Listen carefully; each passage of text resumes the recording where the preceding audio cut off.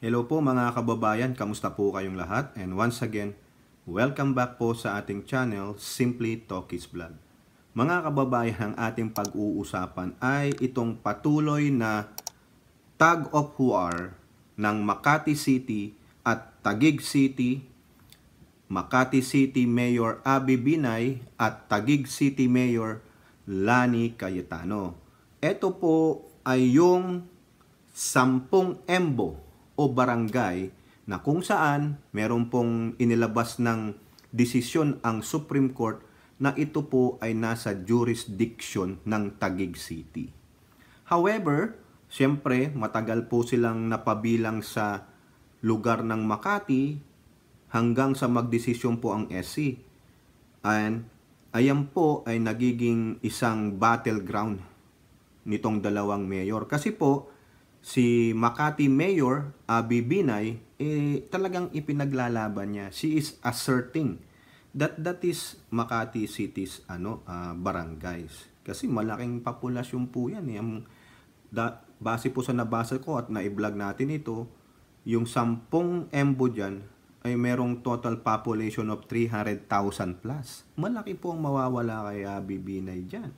No, lalong-lalo na numero po 'yan. Alam niyo naman, numbers game, di po ba? Lalo na pagdating sa election, no? Kaya yan kung ano-ano po ang nangyayari, sabi ni Makati City kailangan maglabas muna ang SC ng writ of execution. Ang sabi naman ni Taguig City, dinidelay nyo lang Hindi naman na kailangan ng writ of execution dahil may finality ng SC. At ang naaapektuhan mga kababayan ay itong 14 na eskwelahan na nandyan sa 10 embo o barangay. Kaya nga po nagdesisyon ang Department of Education ni VP Sara Duterte na sila muna ang mag-take over. Na kung saan ikinatuwa ni Makati City Mayor Abby Binay. Kasi isa pa sa kino-contest ni Binay, sige kukunin nyo yan. Pero, bayaran nyo kami sa mga ginastos namin sa pagpapatayo ng mga buildings na yan. No? Lalo na yung mga schools. Ang gaganda po Alam nyo naman, bago naging maunlad ang City of Taguig, kasi nandyan ang BCG at saka mga iba pang mga businesses, mga commercial, alam natin na ang Makati is the business hub o the business center of the Philippines noon. Pero may kalaban na 'di ba? Dumadami na, pero nung time ko po na ako diyan, nag-i-intern ako, nagtrabaho ako diyan. Talagang diyan talaga pag sinabi ay taga Makati ka. Naka-dress ka. Pero sabi nga nung kaibigan ko, oo nga, naka-dress ka. Butas naman bulsa mo. 'Di ba? Which is true. Ang mahal-mahal po, di ba? O ngayon, sa patuloy nilang tug of war, ito po ang latest sa Politico, tong mga balita dito. August 23, Sabi po dito ni Politico, building ko, bayad mo. Abby Binay wants Lani Cayetano to pay rent for 11 na pala. 11 embo schools. Nako. Ang tanong dito, siyempre, pondo po ng Makati yan, siguro dun sa kanilang mga revenue at merong ng gobyerno. Kung gustong pagbayarin ito, dapat manghingi sila ng desisyon ng korte. Okay? Basahin natin. The city government of Makati is willing to lease, iparenta daw, to Taguig the 11 schools, dati 14 ang sabi. 11 schools located in the 10 enlisted men barrios o yung EMBO. Yun ang ibig sabihin ng EMBO. Enlisted men's barrio whose jurisdiction has been transferred due to a Supreme Court decision. Makati Mayor Abby Binay on Wednesday said the local government unit of Taguig led by Mayor Lani Cayetano must pay the rent for the 11 EMBO public schools. Quote, kami po ay makikipag-cooperate na ipahiram. Ipahiram meaning lease. Magbabayad po sila ng renta para po doon sa kagamitan at doon sa building at lote. Sabi po ni Mayor Abby Binay. Binay has insisted that the schools in the Embo barangays are properties of Makati even after the Supreme Court transferred the community's jurisdiction to Taguig. The Embo barangays, ay ang dami pala nito mga kababayan. May alam ako sa mga to eh. Pembo, Kumembo, Sembo, West Rembo, East Rembo, South Rembo, Pitogo, Rizal, North Side and South Side. Despite Makati's willingness to lease 11 of the Embo schools to Taguig, Binay said she wants 3 schools to remain with the LGU. O, sabi ko sa inyo, 14. So, 11 lang ang gusto niya. Tapos yung 3, ma-remain daw sa LGU ng Makati. Parang ang gulo po nun, mga kababayan, ano? Parang dapat talaga maglabas ng desisyon ng korte dyan. Kung yung building na yan, whether iparent or bayaran ng Taguig. Just to be fair, kasi ginastusin rin ng Makati LGU yan. Yun po yung sa akin, no? Kung ako naman kay Madam Lani, sa akin lang opinion to, sige, bayaran na lang namin. Wag nang ilis. Kasi, kung ililis po yan, yung ipaparenta, baka singilin yung mga magulang dyan, ibabato sa mga magulang yung renta ng ng mga buildings. O kung bibili naman ng LGU ng Taguig, much better, no? So hindi ko po alam kung paano gagawin diyan ng Taguig, kung anong gagawin nila na consensus, kung bibilhin o ipaparenta. Pero depende pa rin sa desisyon ng korte, no? Sa akin ang hirap desisyonan niyan, pero alam nyo naman, matatalino ang mga hurado natin. Kaya nga po hindi tayo abogado. Matatalino yan. Alam nila ang batas. Kasi ito, jurisdiction na ng Taguig. Anong magagawa mo? Nandyan na yung building eh. Diba? Dinesisyon na na. Ang tanong dito sa Makati, alam naman pala nilang merong silang ganyan, noong pang 1993 yata yan, ba't kayo nagtayo dyan? Siguro sasabihin ng Makati, kawawa naman yung mga nandun. Kailangan, habang dinidesisyonan, tulungan na. Anong ginawa naman ng Taguig? Ba't din nyo naman din tinulungan? Di po ba? Ayun hindi natin alam. Siguro may mga lapses, pero mahirap po ito eh. Ito po, sabi pa ni Madam Abby, these are the Makati Science High School, okay? Port Bonifacio Elementary School, at Port Bonifacio High School. Port Boni yan eh. Diyan na yan sa di ba? Part na yan ng BGC. Itong Makati Science High School, 3. She said Makati is mandated to establish a science high school, while the public primary schools in Port Boni will be attached to the University of Makati.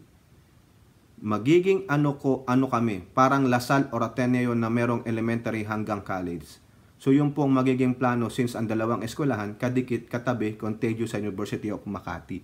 Okay, so yung po yung mga sinasabi ni Mayor Abby Binay. Parang talagang siya, very defiant, very firm po siya.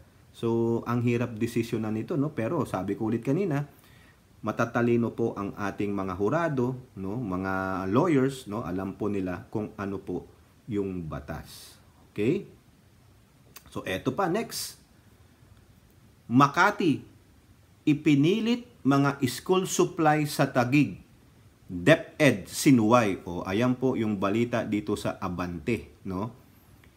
Itigil, no, na dapat ng Makati City ang pakikialam sa mga Embo schools kasunod ng ipinalabas na order ni Vice President at Education Secretary Sara Duterte, subalit ilang guro ang nag-report ng paglabag ng lungsod sa kautusan. May ordinansa na pala, no? Ang DepEd. Ilang guro mula sa mga paaralan ang nagpaabot ng report ng paglabag ng Makati City sa order ni Duterte, kabilang na dito ang tangkang pagpapasok ng school supplies ng Makati LGU sa Pitogo High School. Ang nasabing school supplies ay pinadeliver sa pamamagitan ng courier service delivery ng Makati. Ang tangkang pagpapapasok ng school supply ng Makati City ay tinanggihan ng mga guro dahil batid nitong dapat may kautusan muna mula sa DepEd. Nako. Patuloy pa rin ang paglalagay ng mga bagong tarpaulin sa mga Embo schools na nakasaad na this property is owned by Makati City. Ang General Services din ng Makati City ay nagtutungo sa mga EMBO schools para tingnan at itag ang mga property sa loob ng paaralan. Ang gulo nito, dapat talaga may makialam ng ano dito, korte, no? Para matigil ito. Kasi nakakalito po to. Ang masasaktan dito, mga mag-aaral at yung mga mamayan po dyan sa 10 EMBO. Matatanda na sa hangarin na maalis ang tensyon sa pagitan ng Makati at Taguig, nagpalabas ng Memorandum Order No. 23-2023 si BP Sara Duterte na nag-uutos na ilagay sa direct authority ng DepEd ang 40 na public schools na nasa Enlisted Men's Barrio o yung EMBO. Nakapaloob din sa memo na habang nasa transition period ang lahat ng kilos ng Makati at Taguig LGU ay may pahintulot mula sa DepEd Office of the Secretary. O yun, dapat nangihingi kayo. Nilalabag nyo nasaan yung sinabi ng DepEd, no? O sige, okay lang yan. Sinabi ni DepEd spokesperson Michael Powa na kinikilala ng DepEd ang kautusan ng Korte Suprema na nagtatakda na ang EMBO schools ay nasa ilalim ng legal na jurisdiksyon ng Taguig City. Gayunpaman, dahil sa hindi na-resolve kung sino magmamari ng school buildings, kailangan ng bumalangkas ng transition plan. Una nang sinabi ng Makati Mayor Abby Binay na dapat bilhin o rentahan ng Taguig ang mga school building. So ayan, no? Kaya nako, talagang defiant, iginigiit po ng Makati. Na sa amin yan, you better pay up, no? Whether magrenta kayo o bilhin ninyo sa amin yung building. Pero ang gusto ni Madam Abby, magrenta. Okay? Ito pa, isa pa. Mayor Lani kinasa distribution ng school supply, scholarship sa EMBO student binuksan. O, ayan na, naku, nagpapasikatan sila. Napakaswerte naman ng mga taong ito, no? Talagang bigay dito, bigay dito. Siyempre, nung gagawin ng mamamayan, tanggapin. Habang sila ay nag-aaway, sino nagbe-benefit? Yung mga mamamayan, di ba? Yayaman na city yan. Makati at Taguig, ang yayaman yan. Hindi basta-basta ang mga ayuda ng mga yan, di ba?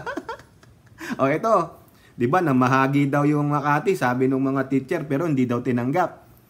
O, eto na, namahagi na ang Taguig LGU, Taguig na, ng mga school supplies sa mga mag-aaral ng lungsod, kabilang ang 10 bagong barangay ng EMBO nitong Agosto 22. Ang mga estudyante ng Taguigenyo ay tatanggap ng school packages na may kasamang bag, daily school uniform at PE uniform. Ay napakaswerte naman.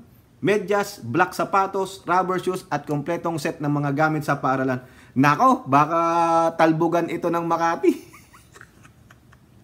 Nako, ang swerte naman itong mga to. Ang mga mag-aaral sa daycare at kindergartner ay makakatanggap ng dagdag item tulad ng mga emergency contact card, health kit na naglalaman ng bag, toothbrush, toothpaste, hand towel at school spray. Naku, ang sarap naman maging mga mamayan ng dalawang lugar na ito. Ang gaganda ng mga packages. Dito sa amin lahat binibili mo No, yung mga nasa private lahat gastos ng magulang. Dito po sa amin sa public, bili ng bag, no, bili ng pencil case, that's it. Kasi meron pong libreng Crayola, lapis at ano pa dun sa ilalim na ng lamesa. Public school din. Pero hindi naman ganito kaganda. May bag, may toothbrush, may alcohol, may hand towel. Anak na siya, may sapatos pa Black sapatos, rubber shoes, at kompletong set ng mga gamit sa paaralan. Nako, tuwan-tuwa ang mga magulang, nakasave na kami. May pambili na kami ng bigas, hindi po beer. O Yossi. Pinangunahan ni Mayor Taguig Lani Mercado, anak ng Siopaw, Lani Cayetano, ang pamimigay ng school supply sa mga mag-aaral ng Pitogo School at Upper Bikutan Elementary School. Nakipag-usap din si Mayor Lani sa mga nagmaaral na nakatanggap ng gamit sa paral ng Pitogo, habang tinatalakay ni Mayor Lani iba pang programa at benepisyo para sa mag-aaral ng Taguig, gaya ng scholarship. Ay, ang sarap.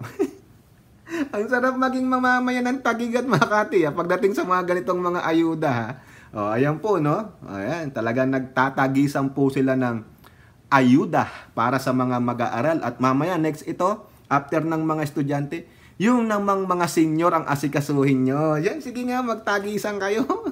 Yung the more, the better. Pero, the highest is much better. O di kaya, the highest is excellentes. Eto mga kababayan, mabibigla kayo dito. Ito na yata to.